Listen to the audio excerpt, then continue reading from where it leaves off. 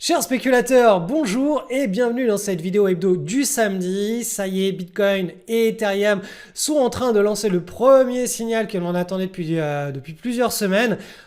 Il va falloir attendre la validation, je vais vous expliquer tout ça dans cette vidéo, mais du coup, ce signal est en train de libérer une potentialité, la potentialité d'un nouveau vrai bull market. Vous allez le voir, vous allez comprendre pourquoi je suis en train de redevenir petit à petit optimiste sur le marché des crypto-monnaies. C'est de mon point de vue le moment actuel que l'on est en train de vivre. Pour ceux qui veulent avoir un petit peu de crypto-monnaie en fond de portefeuille sur le long terme, c'est un moment qui peut être intéressant pour commencer à en accumuler. Pour un vrai gros trade spéculatif, c'est pas encore le moment. Je vous expliquerai tout ça dans cette vidéo et d'ailleurs dans les vidéos qui vont venir semaine après semaine pendant les prochains mois parce qu'on attend vraiment un trade, une situation avec une énorme asymétrie positive pour pouvoir se positionner de manière à ce que si on se trompe, on perd très peu comparativement à ce que l'on est prêt à gagner.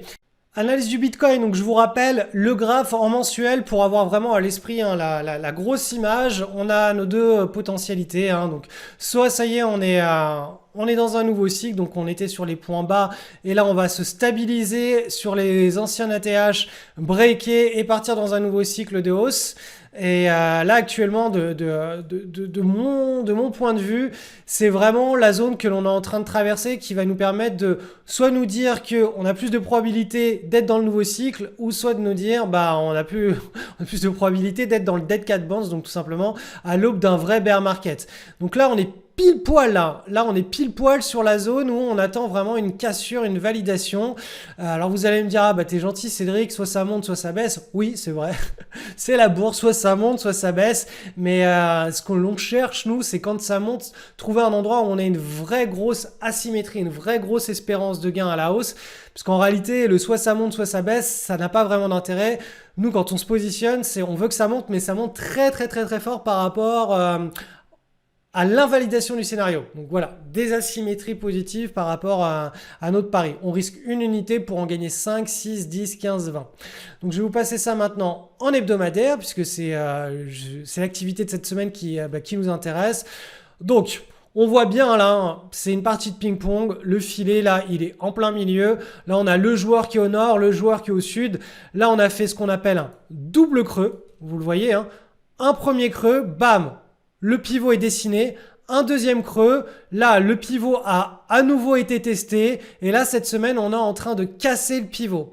Donc là il va nous falloir déjà que dimanche soir à minuit on soit au-dessus et qu'ensuite la semaine prochaine, en fin de semaine prochaine, on soit toujours en train d'évoluer au-dessus de cette zone de pivot pour se dire ok, là on n'est pas simplement sur du bruit de marché, on est potentiellement sur un signal qui va nous emmener à aller chercher le haut, donc les anciens ATH.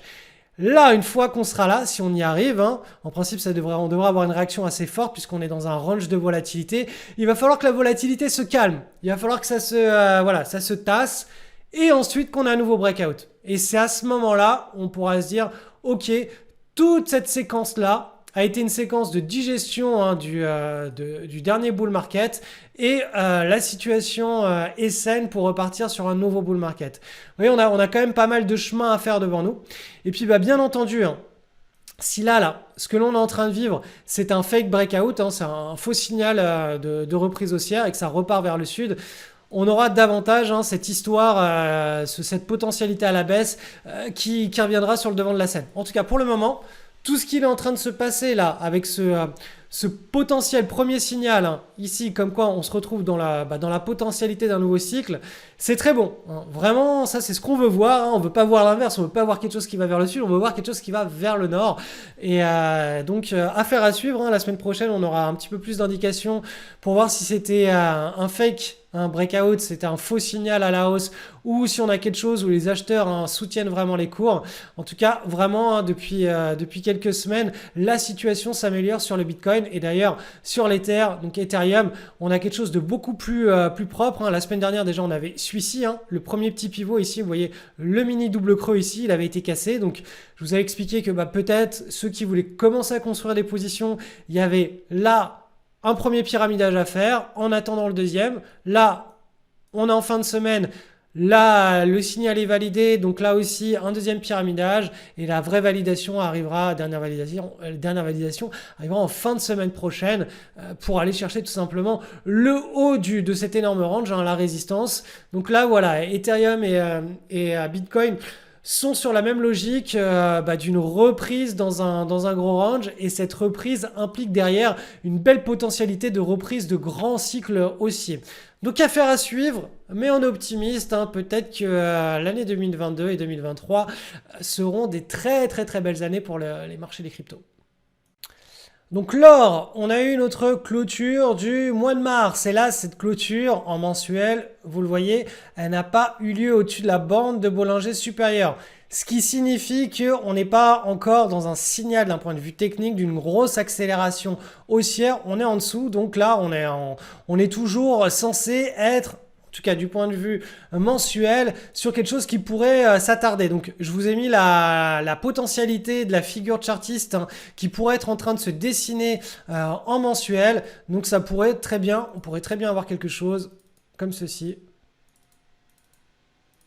On pourrait avoir, voilà, un triangle, un gros triangle chartiste qui ressemble à cela.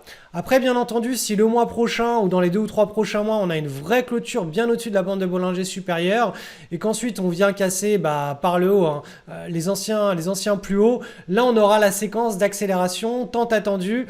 Mais voilà, je vous l'ai déjà expliqué suffisamment de fois, l'or c'est des cycles long terme, c'est pas de la crypto, c'est vraiment des cycles qui s'étalent sur du trimestriel, sur de l'annuel. On est vraiment là sur quelque chose qui peut, vous voyez, là, on pourra avoir ce tout petit triangle de continuation à la hausse.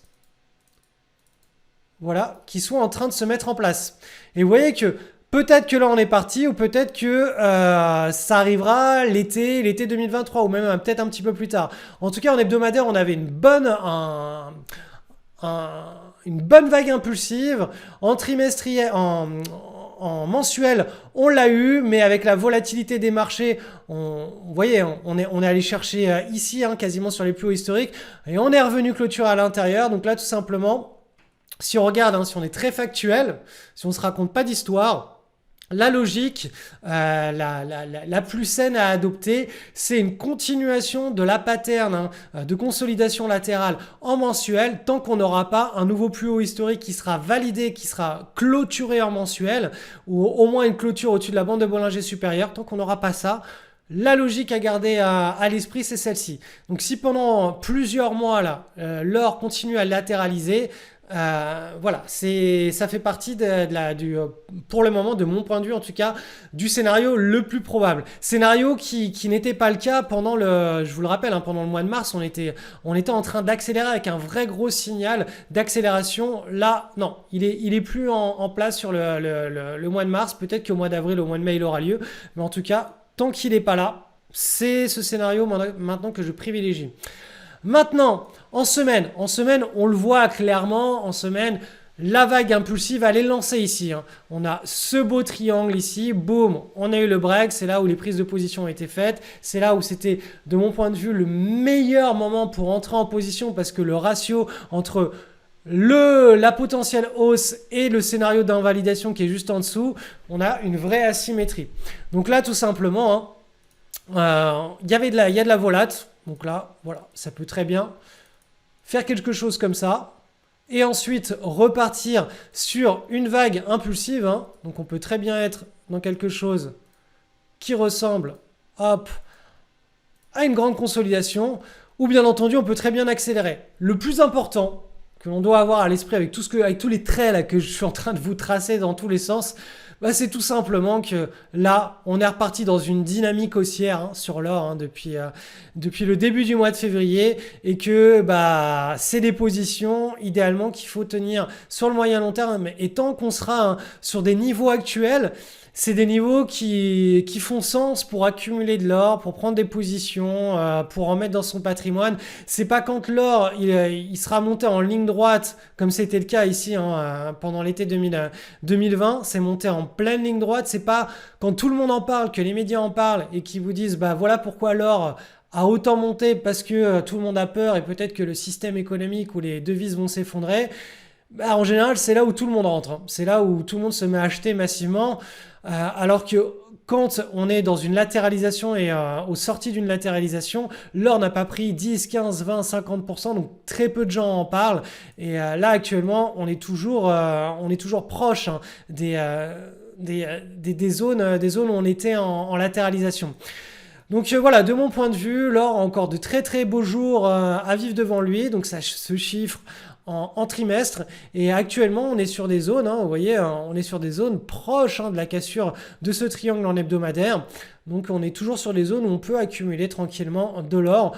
Au moins en avoir comme une assurance, pour sa maison, hein. On ne spécule pas sur les assurances contre le feu ou contre des dégâts d'ordre naturel sur son bien immobilier. On prend une assurance, pareil pour sa santé, hein. On ne veut pas tomber malade, mais si on tombe malade, ça nous rembourse. Bah voilà, si vous n'avez pas l'ordre dans votre patrimoine, au moins prenez-en un petit peu en vous disant c'est une assurance anti-défaillance du système. Et voilà, avoir entre 5, 15, même plus, 5-15% d'ordre dans son patrimoine, c'est absolument pas déconnant. D'ailleurs, fait marquant, sur le portefeuille Bon Père de Famille, dans sa version où chaque mois on fait un petit point pour savoir quelle classe d'actifs on doit avoir en portefeuille ou non, bah l'or est dedans, hein. Donc on n'a même pas besoin de faire d'analyse technique, on n'a pas besoin d'analyser l'économie, on n'a pas besoin de regarder les différentes unités de temps, on a juste besoin de regarder une chose une fois par mois. Donc c'est un indicateur qui nous dit on-off. Donc on, on se met sur l'or, on garde la position, on regarde chaque mois s'il est on-off, et s'il est off, on sort de position. Là actuellement, ce portefeuille Bon Père de Famille, dans sa version optimisée pour tout simplement, vous voyez, c'est la courbe bleue là, depuis 1989. Pas de crise, il ne subit pas les crises, il a une volatilité qui est extrêmement faible, c'est quelque chose qui pourrait s'apparenter à un livret A, sauf que vous voyez, hein, la performance a été de 9,9% par an en moyenne entre 89 et 2016. Le pire drawdown, il a été de moins 6,5%. Et là, je vous ai mis à jour, hein, les performances en bleu ici, hein, du portefeuille Bon Père de Famille dans sa version que j'ai appelée Magicien aux mains d'or, parce que en réalité, hein, il n'y a rien à faire, hein, c'est juste un petit check une fois par mois. Et là actuellement, eh bien, le portefeuille, il n'est pas investi sur les obligations d'État, il est investi notamment sur du cash, sur de l'or et sur des actions avec les pondérations qui lui sont propres, qui sont calculées automatiquement. Donc si vous voulez savoir comment ce portefeuille, hein, vous pouvez le répliquer, hein, donc je vous rappelle, hein, c'est la stratégie en bleu ici, hein, qui est mise à jour, qui est d'une régularité à couper le souffle. Je vous invite tout simplement à cliquer sur le lien en description de cette vidéo, vous allez tomber sur cette page.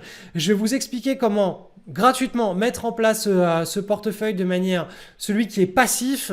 Et si vous voulez aller plus loin dans la version qui est semi-passive, à savoir faire un check une fois par mois, j'ai réouvert le programme du magicien aux mains d'or, donc Bon Père de Famille, jusqu'à dimanche soir minuit, donc demain soir minuit. Et simplement, vous pourrez vous-même appliquer la logique de ce portefeuille qui est juste, voilà, qui est parfait quel que soit. En fait, ce qui est très intéressant avec ce modèle-là, c'est que qu'on l'on soit en cycle inflationniste, déflationniste, désinflationniste, stagflationniste, récessionniste, donc grosse crise en mode subprime, le portefeuille s'auto-ajuste tout seul. Il n'y a pas besoin de boule de cristal, simplement besoin de suivre quelques grandes classes d'actifs et de connaître les bonnes pondérations et de savoir si on doit être investi ou pas. Et tout cela se fait de manière 100% transparente et 100% automatique. Donc vous avez juste à suivre, voilà, peut-être une ou deux transactions qu'il y a à faire une fois par an et à suivre ça tranquillement comme si c'était un plan d'épargne. Et la plus belle, ce qui est très intéressant, c'est que avec les assurances vie maintenant en ligne, on a accès à pas mal de ces classes d'actifs et on peut répliquer ce genre de portefeuille dans une enveloppe fiscale où il y a zéro impôt tant que ça reste en unité de compte, hein. Je parle pas des fonds monétaires des assurances vie qui sont à risque, hein, loi Sapin 2, on peut vous geler vos avoirs. Là, je parle d'être investi en unité de compte sur des trackers où là, on ne peut pas vous saisir quoi que ce soit et ça vous met à l'abri tout simplement de pas mal de choses. Donc voilà, si vous voulez en savoir plus, le lien est en description. Il y a des témoignages. Vous pouvez me poser vos questions par email. Je serai ravi de vous y répondre, moi ou d'ailleurs la team. Analyse du SP500, donc je vous rappelle la logique à long terme pour que vous ayez vraiment cette image globale de ce qu'il est en train de se passer sur le SP500. Vous le voyez ici, 2015, 2016, on était en mode crise. Donc crise sur la zone européenne, donc vous voyez, en mensuel, pendant 1, 2, 3, 4, 5, 6, 7, 8, 9, 10, 11 mois, le SP500 a été évolué latéralement en partie de ping-pong avec de la volatilité. Volatilité qui s'est tassée sur 1, 2, 3 mois, juste avant d'observer le breakout et la reprise du marché haussier. Crise Covid ensuite. Crise Covid, ici on a eu un marché en range, donc c'était un range en forme d'élargissement. Et là vous voyez que ce range il a quand même duré entre février 2018 avant juillet 2020, le mois qui a précédé le nouveau bull run, le nouveau bull market. Là on est exactement au début d'un nouveau cycle de grande consolidation. À l'état, au moment où on en est là, actuellement, tout ce que l'on peut observer, c'est que la première vague de baisse, qui est censée être la plus forte, c'est la vague de prise de profit. Là, typiquement, ça correspondait en réalité, le cycle, ici, il s'est terminé là. Et la vraie vague de prise de profit, elle s'est faite en 1, 2, 3 mois. Donc c'est vraiment la première vague qui, de manière générale, est la plus puissante. Les gens paniquent, les gens ont peur de la bourse, ça a trop monté. Il y a des news macroéconomiques, global macro qui interviennent et qui poussent vraiment vers le bas. Et ensuite, après, on part en partie de ping-pong et c'est censé se calmer. Donc là, typiquement, là, on a eu à nouveau des news macroéconomiques qui ont été extrêmement fortes et voilà, lockdown mondial, donc arrêt simple et net de l'économie. Donc, on a à nouveau eu une vague de très très très forte volatilité à la baisse. Et vous voyez que là, les résurgences d'inflation, la guerre en Ukraine, qui est censée être un énorme amplificateur de l'inflation. L'amplitude de cette vague de baisse, elle a quand même été relativement faible. On n'est même pas allé chercher le bas des bandes de Bollinger, comme ça a été le cas, vous le voyez. Ici, on est allé chercher quand même la zone basse des bandes de Bollinger. Pareil ici, là, sur cette première correction, on est allé chercher quand même relativement bas. On était très proche de la zone basse des bandes de Bollinger.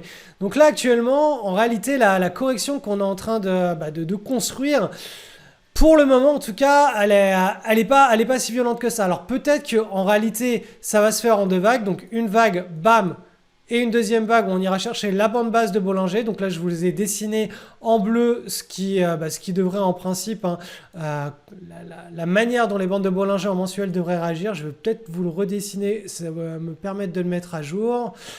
Où est l'outil? Donc l'outil a encore disparu. Alors je vais vous le faire avec une flèche. Voilà grosso modo comment la bande de Bollinger inférieure devrait réagir.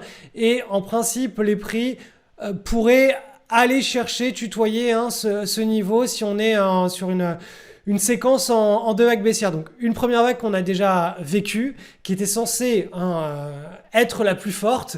Mais si c'est en deux vagues, on aura une deuxième vague baissière qui, elle, ira en principe chercher, tutoyer la bande de Bollinger inférieure. Ensuite, on pourrait commencer à stabiliser. Et là, suite à la stabilisation, soit on part sur un nouveau bull market, soit on part sur un bear market. À long terme, on est en bull market, donc on s'attend davantage à une continuation de la tendance très long terme. Même si oui, je le sais, d'un point de vue des fondamentaux, l'énergie est en train de devenir très chère. On est sur un bull market sur les matières premières. Et du coup, forcément, quand les énergies, le prix de production des services et des produits des entreprises augmente, puisque forcément quand l'énergie est plus chère, les matières premières sont plus chères, les marges diminuent, certaines entreprises qui margeaient déjà très basses vont se retrouver à faire faillite ou à tout simplement devoir changer de business model. Les entreprises qui se finançaient avec des taux d'intérêt qui étaient extrêmement bas, au vu des taux d'intérêt qui pourront augmenter, vont avoir de plus en plus de mal à se financer en gardant des marges intéressantes. Donc pour toutes ces raisons, beaucoup disent que voilà, ça partirait vers le bas. Mais en vrai, on n'en sait rien du tout. Vous savez, on est face à des magiciens. Les banques centrales du monde entier, c'est les Houdini du nouveau siècle. Ils sont capables de nous sortir des nouveaux trucs de leur chapeau et de se mettre à distribuer de l'argent, littéralement des tickets de rationnement pour acheter, je sais pas moi, des voitures électriques, des télévisions, des boîtes de raviolis et tout simplement entretenir de manière pas artificielle mais orientée des business models, des économies et des entreprises. Donc je sais pas du tout qu'est-ce que les banques centrales peuvent nous sortir face à une probable crise en fin 2022-2023, mais vous l'avez vu, hein, le lockdown, typiquement, d'un point de vue macroéconomique, c'était l'arrêt simple et net de l'économie mondiale. Comment est-ce que dans un tel contexte, on n'a pas pu se retrouver avec un bear market du type de au moins 2000-2002 ou de manière un petit peu plus violente ce qu'on a vécu pendant la crise des subprimes en 2008. On n'a pas du tout eu ça. On a eu à l'opposé un énorme bull market, une grosse vague de hausse. Donc voilà, je n'ai pas de boule de cristal. Tout ce que je peux vous dire, c'est que là, la première vague, elle a été de très faible amplitude dans la volatilité très faible. Peut-être que ça va se faire en 2 vagues, je n'en sais rien. En tout cas, voilà ce qu'il faut, la structure qu'il faut garder en mensuel sur l'année 2022, c'est du ping-pong. Ensuite, on va passer en hebdomadaire pour voir un petit peu ce qui s'est passé cette semaine. Donc cette semaine, vous voyez, cette chandelle, on a été chercher une zone de résistance. On n'a pas réussi à la passer. Si on regarde en journalier, on est toujours dans une dynamique de hausse.